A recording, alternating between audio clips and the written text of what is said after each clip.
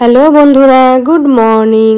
আজকে আবারও একটি নতুন দিন শুরু করছি তোমাদেরকে সঙ্গে নিয়ে। আশা করছি তোমরা সকলে খুব ভালো আছো আর আমরাও বেশ ভালো আছি। আজকে হলো বৃহস্পতিবার, আর বৃহস্পতিবার মানেই তো উইকডেজ, হাজব্যান্ডের অফিস থাকবে। তো সেই জন্য দেখো সকাল সকাল উঠে পড়েছি রোজকার মতো। তো এখন যাব ফ্রেশ হতে। তো ফ্রেশ হয়ে চলে এলাম, এসে দেখো একটু বাসি ঘরটা ঝাড় দিয়ে নিচ্ছি। যেহেতু এখন রান্না বান্না করতে হবে, তাই শুধুমাত্র রান্নাঘরটা, আমাদের বেডরুমটা আর ডাইনিংটা ঝাড় দিয়ে নেব।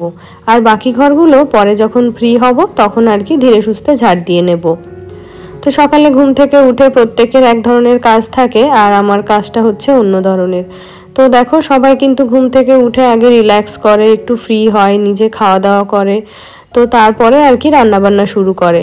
আর দেখো ঘুম থেকে উঠেই আগে আমাকে ফ্রেশ হয়ে রান্নাটা শুরু করতে হয়, তারপরে অন্যান্য কাজ শুরু করতে হয়। তো দেখো আজকে হাজব্যান্ড বলেছে ভাত নিয়ে যাবে আর রুটিটা বাড়ি থেকে খেয়ে যাবে। তো এদিকে বাঁধাকপিটা সেদ্ধ বসিয়ে দিলাম, আর এদিকে প্রেসার কুকারে ডিম আর আলুটাও সেদ্ধ বসিয়ে দিয়েছিলাম। তো দেখো এদিকে করব ডিমের ঝোল আর করব বাঁধাকপির তরকারি। তো রাতে হঠাৎ করেই বলল যে ভাত নিয়ে যাবে, তো সেই জন্য ঘরে মাছ মাংস তো কিছুই ছিল না, তো ডিমটাই ছিল, তাই ভাবলাম যে একটু ডিমের ঝোল করে দিই আর সঙ্গে বাঁধাকপি। তো বাঁধাকপিটা এই জন্যই করলাম, কারণ বাড়িতেও রুটি দিয়ে খেতে পারবে, আবার সঙ্গে নিয়েও যেতে পারবে। আর যদি একটু বেলা করে অফিসে যায় তাহলে কিন্তু একটু দেরি হলেও ইচ্ছে মতো অনেক কিছু রান্না করে দেওয়া যায়। আর যেহেতু এই যে সকালেই বেরিয়ে যায়, তাই জন্য তাড়াহুড়ো করে মানে শর্টকাটে যে রান্নাটাই হবে সেটাই আর কি সবসময় করার চেষ্টা করি। তো দেখো এদিকে বাঁধাকপির জন্য মশলা কষিয়ে আলুটাও ভেজে নিয়েছি, তারপর একটু গাজর মটরশুঁটি দিয়েছি, আর এখানে দেখো বাঁধাকপিটাও সেদ্ধ করে নিয়েছিলাম। তো এটাকে দিয়ে এখন ভালো করে রান্না করে নেব। তো বাঁধাকপিটা হবে যতক্ষণে ততক্ষণে রুটি করে নেব। তো রুটিটাও করে এদিকে হাজব্যান্ডকে খাবারটা দিয়ে দিয়েছি, ও কিন্তু আজকে সোফায় বসেই খাচ্ছে, তো সেই জন্যই আর কি তোমাদের সাথে শেয়ার করলাম না। আর এখানে দেখো লাঞ্চটা আমি প্যাক করে দিচ্ছি। তো এদিকে শ্বশুর শাশুড়িও বাড়িতে নেই, ওনারা গেছেন গ্রামের বাড়িতে। তো শাশুড়ি না থাকলে যে বাইরের কাজগুলো থাকে সেগুলোও এখনও সমস্ত কিছুই পড়ে রয়েছে। তো এই যে হাজব্যান্ডকে খাবারটা গুছিয়ে দিয়েই তারপরে আর কি বাইরেটা ঝাড় দিতে যাব। তো এই যে লাঞ্চটা রেডি করে এটাকে কিছুক্ষণ ফ্যানের নিচে রেখে দিয়েছিলাম যাতে করে একটু ঠান্ডা হয়ে যায়। আর জানো তো একদম গরম ভাত যদি এই যে টিফিন বক্সে ভরে দিই তাহলে ওই ভাতের যে গরমটা থাকে সেই গরমটাতে ভাতটা আরও সেদ্ধ হয়ে একদম গলে যায়। তো ভাতটা আমি সবসময় কি করি, থালায় ঢেলে তারপরে ঠান্ডা করে আর কি ওর জন্য এই যে টিফিন বক্সে দিয়ে দিই। তো এখন দেখো টিফিন বক্সটা একদম রেডি করে দিয়ে তারপরে যাব বাইরে। তো হাজব্যান্ডের টাইম হলে ও এসে নিয়ে বেরিয়ে যাবে আর কি। তো এই যে সকাল সকাল উঠে রান্না করতে একটু অসুবিধা হয় ঠিকই, কিন্তু দেখো সমস্ত কাজই কিন্তু কমপ্লিট করে নেওয়া যায় খুব তাড়াতাড়ি। আর এই যে এখন ঘড়িতে ওই 7:30 মতো বাজছে, তো সমস্ত রান্না বান্না কমপ্লিট হয়ে গেল। আর এখন এই যে আমার জন্য একটুখানি চা করে নিলাম। তো চাটা খেয়ে রান্নাঘর ক্লিন করা, ঘরের সমস্ত কাজকর্মই রয়েছে। আর ওই যে বললাম বাইরেটা পরিষ্কার করতে যাব, তো চাটা খেয়ে তারপরে অন্যান্য কাজগুলো শুরু করব।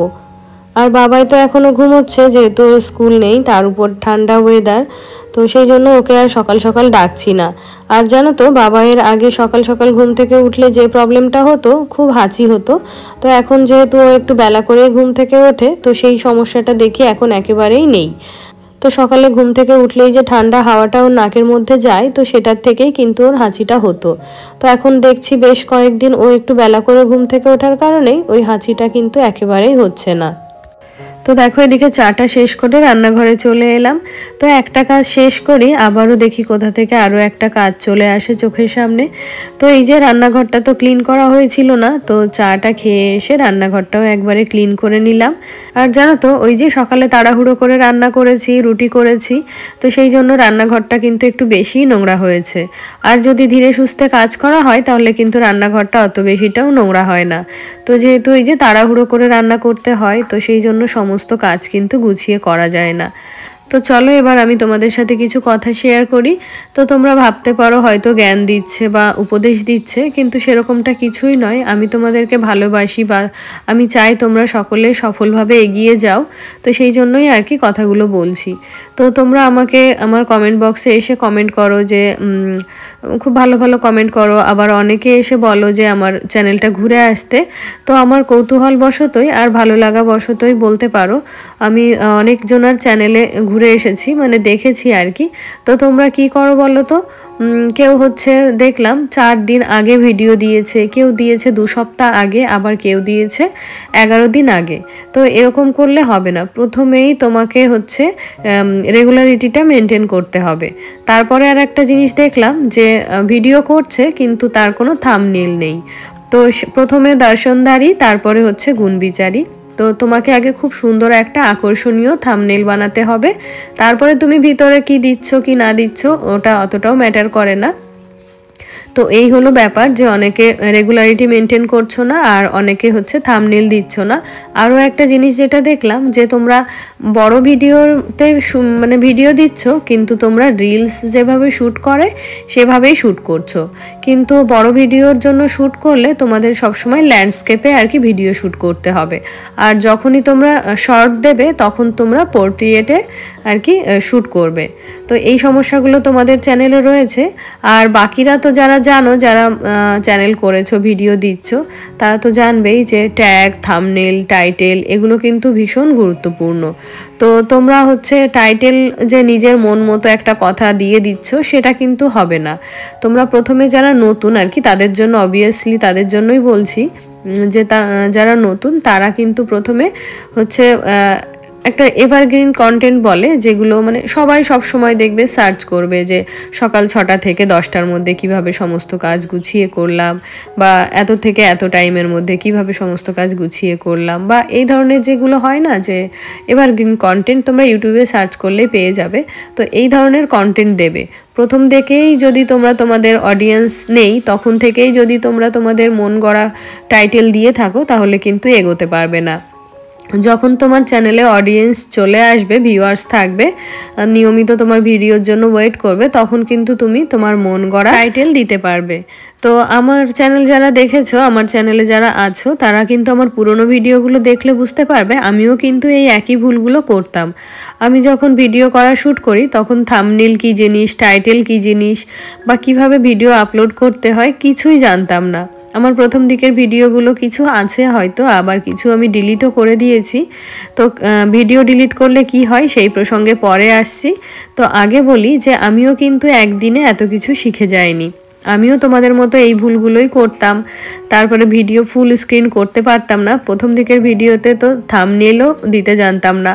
তারপরে ধরো এরকম টাইটেল দিচ্ছি যে আজকে আমি এই রান্না করলাম, আজকে ওই রান্না করলাম, আজকে এটা করলাম ওটা করলাম, এরকমভাবে কোনো টাইটেলই হয় না। তোমাকে এমন একটা টাইটেল দিতে হবে যে ওই টাইটেলের মধ্যেই তুমি তোমার ভিডিওর সমস্ত কিছু বুঝিয়ে দিচ্ছ, বা সেইটা বললেই যে তোমার ভিডিওতে যা যা আছে সবাই বুঝে যাবে। কিন্তু এত কিছু তো লিখে সম্ভব না, তো যতদূর সম্ভব শর্টকাটে আর কি সেই টাইটেলটাকে করতে হবে।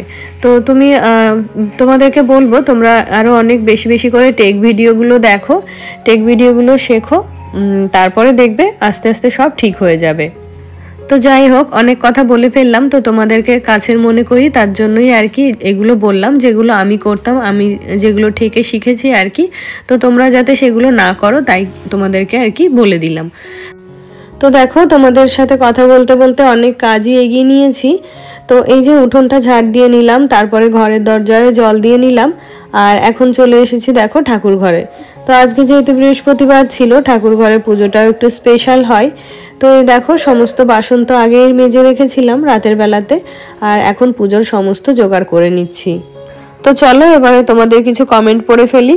তো প্রথমেই কমেন্ট করেছে জেসমিন লাইফস্টাইল ব্লগ থেকে। তো লিখেছে সব কিছু মিলিয়ে খুব সুন্দর হয়েছে দিদিভাই, তোমার ভিডিওটা অনেক ভালো লাগলো।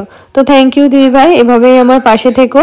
তো তারপর লিখেছে শম্পা নন্দী দিদিভাই। তো দিদিভাই লিখেছে খুব সুন্দর দিদিভাই, পাশে থেকো। তো অবশ্যই আমি তোমাদের পাশে থাকার জন্য সবসময় চেষ্টা করি। তারপর লিখেছে মহাদেব গার্ডেন অ্যান্ড কিচেন থেকে। তো লিখেছে খুব ভালো লাগলো। তো থ্যাংক ইউ সো মাচ, এভাবেই আমার পাশে থেকো। তারপরে কমেন্ট করেছে সঞ্চিতা পাল দিদিভাই। তো দিদিভাই লিখেছে খুব ভালো লাগলো ব্লগটা, আমার বাড়িও চাকদাতে। তো থ্যাংক ইউ দিদিভাই, আর জানতে পেরে খুব ভালো লাগলো যে তুমি আর আমি একই জায়গাতেই থাকি। তো আশা রাখছি কোনো না কোনো দিন আমাদের সামনাসামনি দেখা হবে। আর তোমরা বাকিরা যারা আমার ব্লগ দেখছো তারাও জানিও তোমরা কোথা থেকে আমার ব্লগ দেখছো। তারপরে কমেন্ট করেছে নীলাঞ্জনা। তো নীলাঞ্জনা লিখেছে পিৎজার বেসটা কি দিয়ে করলে প্লিজ বলবে। তো ওটার বেসটা আমি করেছিলাম একটু বেকিং পাউডার আর ময়দার সঙ্গে নুন চিনি যেরকমটা দেয় আর কি। তো ওটা তো ইস্ট দিয়েও করা যায়, কিন্তু আমি কখনো ইস্ট ব্যবহার করিনি, যতবারই করেছি আর কি একটু বেকিং পাউডার দিয়ে দিই। তো ওটাকে কিছুক্ষণ গরম জায়গায় রাখতে হয়, তো তার জন্য আমি কি করি, তাওয়াটাকে একটু গরম করে নিই, তারপরে গ্যাসটাকে নিভিয়ে দিয়ে সেই গরম তাওয়াটার উপরে আর কি ডোটাকে ভালো করে ঢাকা দিয়ে রেখে দিই। এতে করে ডোটা খুব ভালোভাবে ফুলে যায় আর ওটা দিয়েই আমি পিৎজা বেসটা বানিয়ে নিই। তো তারপরে দেখো পুজো কমপ্লিট করে সকালের খাওয়া দাওয়া করে এদিকে বাবাইকেও ঘুম থেকে তুলে দিয়েছি, ওকেও খাওয়া দাওয়া করিয়ে দিয়েছি। আর এখন দেখো আমার যেহেতু ফ্রি টাইম রয়েছে, তো একটুখানি পড়তে বসবো।